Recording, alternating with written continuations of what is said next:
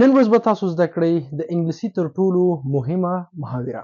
په دې محاوره کې د دوه کسانو ترمنځ خبرې اترې شوې دي چې په ورځني ژوند کې زما په نظر تر ټولو بهترینه او کارېدونکې محاوره ده. کوشش وکړئ ویډیو تر پایه وګورئ. که ویډیو مو خوښه شو در سره لایک او د نور درسونو لپاره چینل در سره سبسکرایب کړئ. مونږ کوشش کوو تل ستاسو لپاره په چینل کې د انګلیسي محاوره 4000 لغات 12 زمانو درس چې مخکې تکمیل شوی انګلیسي ابتدایي درسونه او داسې ګڼ شمېر نور لغاتونه بخښنې سره پلی لیست شته چې دا موږ تاسو ته ترتیب کړي جوړې کړي دي او په هغې کې موږ تاسو ته روزمره ویډیوګانې اپلوډ کوو. هلته هڅو له تاسو څخه مهم ده موږ د چینل په سبسکرایب کولو سره سپورټ او حمایت کړئ. زه درس شروع کوم. کانورسیشن برخه کې موږ تاسو د دوو کسانو ترمنځ محاوره لرو. نمبر 1 A پوښتنه کوي B جواب ورکوي. صحیح ده؟ A پوښتنه کوي هی هی په انګلیش کې ویلی سي لکه موږ تاسو په یو چا غږ کوو ای دلته راسه هی نو هی مطلب شو هی هی هماغه معنا شو. هی do you have a minute پوښتنه ترې کړې چې آیا ته وخت لرې. do you have a minute آیا ته لږ وخت لرې. صحیح شو. کله چې ته یو چا ته وایي چې ته لږ وخت لرې نو په انګلیش کې ورته do you have a minute آیا ته لږ وخت لرې دی ورته وایي sure هو. sure معنا ده هو. what's up څه خبره ده څه دي چې ته مثلا مونږ راته ووایې دی ورته وایي I wanted to ask if you're free tomorrow. I wanted to ask پوښتنې ته وایي یعنې زه غواړم چې پوښتنه وکړم if you are free tomorrow که چیرې ته سبا بیکاره اوسې یعنې په بخیر سره I wanted to ask غوښتل مې پوښتنه وکړم if you are free tomorrow چې ته سبا بیکاره یعنې مثلا ته یو چا ته وایي هی وخت لري هغه ته څه خبره ته ورته وایي همداسې پوښتنه مې کوله چې سبا ته بیکاره یې که نه. ګوره دا رقم ته په انګلیش کې به ته څنګه وایي غوښتل مې پوښتنه وکړم چې ته سبا بیکاره یې که نه ته به څنګه ورته وایي I wanted to ask if you're free tomorrow یعنې غوښتل مې پوښتنه وکړم چې ته سبا بیکاره یې که نه. دی ورته وایي yes هو بیکاره یم I am زه بیکاره یم why ولې څه خبر ده چې ته له ما څخه داسې یو پوښتنه کوي چې ته سبا بیکاره یې که نه. دی ورته وایي let's grab a coffee and catch up. let's grab a coffee راځه چې کافي وڅښو and catch up او خبرې وکړو. د catch up مطلب دا ده چې په خبرو کې نورې خبرې کول. صحیح شو. مثلا دوی خپله لګیا دي خبرې کوي او وایي چې راځه ما ورته لاړ شو. دا phrases دي دا زده کړئ. let's grab a coffee راځه چې چای وڅښو کافي وڅښو and catch up او خبرې پې وکړو. صحیح شو. یعنې نورې خبرې هلته وکړو. که دی بیا چې ورته وایي بیا ورته وایي sounds good ډېر ښه. کوشش وکړئ تاسو د قسم قسم اصطلاحات څخه کار اخلئ. صحیح ده. قسم قسم اصطلاحات تاسو کولی شي د ستاسو انګلیش ښه کړي. مثلا تاسو که څوک پوښتنه کوي چې سبا ما ته پلانکي ځای ته ځو آیا ستا خوښه ده ته کولی شې دې په ځای چې ورته وایي یس د دې تر څنګ ویلی شي شور. صحیح شو. او یا هم ته دې پر ځای ویلی شي sounds good نو ته کولی شي هم ووایي شي شور او هم کولی شي یو چا سره چې په کله کومه خبره کې موافق راځي ورته وایي صرف sounds good یعنې معنا ډېر ښه. what time څه وخت به ما ورته دا کافي وڅښو او هلته به خبرې وکړو. دی ورته وایي how about 3 PM 3 بجې څنګه. how about 3 PM 3 بجو په اړه څنګه چې 3 بجو کې لاړ شو هلته کینو هم کافي وڅښو او هم خبرې وکړو. دی ورته وایي perfect ډېر ښه. تاسو فکر وکړئ چې هم perfect ویلی شي د صحیح او سمې په معنا سره یعنې سمه ده هم sounds good ویلی شي او هم yes ویلی شي او هم sure ویلی شي. څومره ښه. هم تاسو sure کارولی شئ هم تاسو yes هم تاسو sounds good او هم تاسو perfect. صحیح شو. د perfect تر څنګ great دا هم ویلی شي. perfect see you then ډېر ښه هلته به سره ووینو. see you then یعنې بیا به دې هلته ووینم. دی ورته وایي great ډېر ښه. صحیح شو. great ډېر ښه. بیا دی ورته وایي it's been a while since we last hang out. it's been a while د دې ځان ته معنا دا ده it's been a while یعنې ډېر وخت وشو. it's been a while ډېر وخت وشو. کله چې ته یو چا ته وایي چې ډېر وخت وشو نه یې راغلی نو ته به اول څه it's been a while. صحیح شو.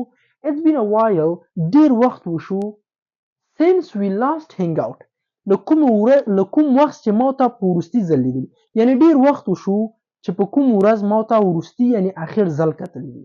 صحیح شو. همدا ای ورته وایي it's been a while یعنې ډېر وخت وشو since we last hang out یعنې کوم کله چې ما ته وروستي ځل سره لیدلي دي یعنې ډېر وخت ما ته نه لیدلي سره بل سره. ورته I know زه پوهیږم چې ما ته ډېر وخت شو واقعا نه دي لیدلي life has been so busy lately ژوند ډیر مصروف کړی یو صحیح سو life has been so busy lately life has been so busy lately یعنی ژوند ډیر مصروفه کړی صحیح سو دا به نه پوښتنه کوي پوښتنه ترې کوي tell me about it راته وایي چې ته ژوند ډیر مصروفه کړی او ته په ژوند کې ډیر ګیر سوی نو دی بیا پوښتنه ترې کوي tell me about it راته وایي د خپل ژوند په اړه دی so any updates آیا کومه تازه خبره شته دا ډیره ښه خبر ګوري کله چې تاسو یو چاته وایي مثلا موږ تاسو چاته وایي تازه څه دي تازه کنه یو چا نه پوښتنه کوو په انګلیش کې ورته so any updates آیا تازه څه شته اپډیټ ویلی شي تازه نه وي نو کله چې یو چاته وایي یو څو خبرې کوي او چیرته راځي نو ته د یو چا نه پوښتنه کوي so any updates آیا کومه نوې خبر شته کوم نوي څه شته دی ورته وایي well هو ډیر ښه well معنا ډیر ښه ګورې دا ټول هغه اصطلاحات تاسو چا سره په موافقي حالت کارولی شئ well ډیر ښه I started a new job recently معنا په دې وروستیو کې دغه وروستي وخت وروستي حالاتو ته موږ تاسو ویلی شو recently مثلا ته well I started a new job recently ډیر ښه ما یو نوې وظیفه په دې وروستیو کې شروع کړې ده I started a new job recently ما یو نوې وظیفه په دې وروستیو کې چې کړې ده شروع کړې ده بیا ورته it's exciting ډیره ښه په زړه پورې وظیفه ده it's exciting معنا ډیره خوندوره او په زړه پورې وظیفه ده but اما a bit challenging لږ مشکله ده the bit معنا ده لږ صحیح سو مثلا ته چاته it's a bit difficult لږ مشکله ده صحیح سو نو د a bit معنا سو کم لږ exciting but a bit challenging اما لږ څه مشکله ده سخته ده راته وایي ښه وظیفه ده خو a bit challenging لږ مشکله ده وایي دا بیا څه ورته وایي A ورته وایي that's amazing معنا په زړه پورې ده that's amazing ډیره ښه ده congrats تا ته دې مبارک وي کله چې تاسو یو چاته وایئ چې تاسو ته دې مبارک وي په انګلیش کې ورته وایي congrats مبارک دې وي درته وایي how are you finding it so far یعنې دغه وظیفه ته څنګه محسوسوي څنګه احساس کوي څنګه حس د دې وظیفې سره لري صحیح سو how are you finding it so far ته د دې په اړه څنګه احساس لري د وظیفې دی ورته thanks مننه صحیح سو thanks مننه it's a lot to learn ډیر څه دي چې باید زده کړم it's a lot to learn ډیر څه دي باید چې زده کړم but اما I'm getting the hang of it اما وای نور ورو پوهیږم آهسته آهسته به پوه شم صحیح سو کله چې تاسو څخه یو څوک د وظیفې په اړه پوښتنه کوي نو تاسو کولی شئ اول ترېنه thanks تشکري وکړئ بیا ورته it's a lot to learn ډیر څه دي چې باید زده کړم په یاد ولرئ هر کله چې تاسو څخه یو څوک پوښتنه کوي تاسو به همدا ډیر فکر کوي چې مونږ همدغه غواړو چې په دې وظیفه ته مونږ راغلي یو دا وظیفه چې کله مونږ کوو یا تاسو یو انټرویو اخیستل کېږي ته به درته وایي چې ډیر څه دي چې زه باید زده کړم او زه دلته د فرشر د یو نوي کس په حیثیت باندې دلته تاسو سره کار کوم او غواړم چې زه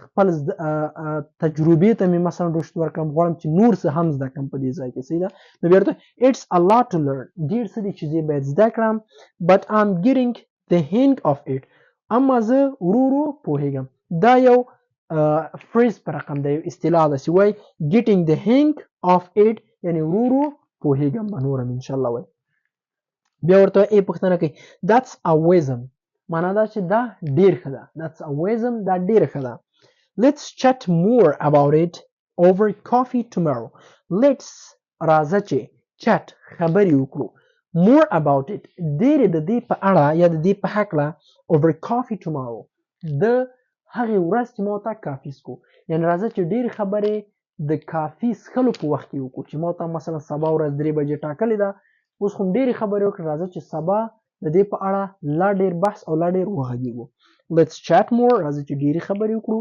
about it over coffee tomorrow د دې اړه د دې هکله باندې سبا په کوم وخت کې چې کله ما ته کافي څکو بیا ورته sounds perfect ډېر ښه ډېره ښه خبر looking forward په تمه یم په یاد ولرئ د looking forward مطلب ده په تمه یم دا یو داسې محاوره ده چې ما په ډیر یو مهم کتاب څخه ما راخیسته او هغه کتاب ان شاء الله ما سره شته ده زه به تاسو ته کوشش کوم دا محاورې ډېرې کړم چې تاسو وکولی شئ په ورځني ژوند کې د هر چا سره خبرې وکړئ او وکولی شئ په ډېر راحتیا سره د خلکو خبرې کیچ کړئ او خپل هغه د هغوی خبرې ځان سره ولرئ.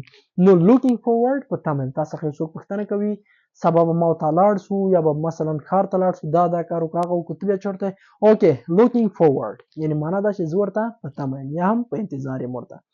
کوشش وکړئ دوستانو چې زمونږ کومې ویډیوګانې چې دي تیرې وي که د پلی لیسټو څخه وي اول که کوم کسان نوي دي او اول ځل د چینل ته راځي هغوی باید لاړ شي پلی لیسټ شاته درسونه د ابتدایه له ABC څخه شروع کړي او ابتدایه درس خلاص کړي بیا راسي د انګلیسي ګرامر زمانې شروع کړي د هغې نه وروسته راسي پارټس اف سپیچ برخې ته د هغې نه وروسته ورسره څنګه انګلیسي خبرې اترې زده کړي یعنې ټول پارټونه زموږ مهم دي او بالخصوص زه هغو کسانو ته وایم کوم کسان چې کولی شي دغه ویډیو تر پایه لومړی وګورئ ځکه موږ هم غواړو چې د دغه چینل څخه تاسو ته یو څه در زده کړو د دې ترڅنګ غواړو زموږ د چینل واچ ټایم هم یو څه برابر سي او ان شاء الله که چیرې تاسو ویډیو تر پایه ګورئ نو دا معلومدار خبره ده چې هم به زموږ واچ ټایم مخته ځي او هم به ستاسو یو څه زده کېږي. په آخر کې تاسو کولی شئ ویډیو ډاونلوډ کړئ د ځان سره سیف کړئ ګالري کې او که چیرې په ګالري کې نشئ سیف کوئ همدا د یوټیوب چینل ویډیو چې کله تاسو ګورئ په دغه حالت کې تاسو کولی شئ چې دا درسونه ټول د کتابچې له طریقه نوټ کړئ او هغه ځان سره ولیکئ. هیله ده چې تاسو به یو څه زده کړئ او زموږ همدا امید ده چې ان شاء الله زموږ چینل ستاسو لپاره دا ذریعه جوړه شي چې تاسو وکولی شئ په انګلیسي باندې خبرې وکولی شئ. زموږ آینده ان شاء الله ستاسو لپاره همدا پلان ده چې تاسو ته ښه کتابونو څخه درسونه راټول کړو. موږ ډیر کوشش کوو چې تاسو هغسې درس تشریح کړو کوم چې واقعا ډیر په ورځني ژوند کې د کار وي لکه دا درسونه تاسو وګورئ څومره مهم محاوره ده که چیرې تاسو دا زده کړئ نو زه فکر نه کړم چې که چیرې تاسو د دغسې مسایلو سره مخ کېږئ حتما به ستاسو زده وي او یو چا ته به جواب ورکولی شئ. صحیح ده نو خدای وکړي چې زما په خبرو باندې تاسو یو مثبت بدلون طرف ته لاړ شئ او مثبت طرف حرکت وکړئ. تر بل درس چې زه بیا راځم تاسو ټول په لوی او مهربانه خدای سپارم. تر بیا ښې چارې ښه وخت د خدای په امان.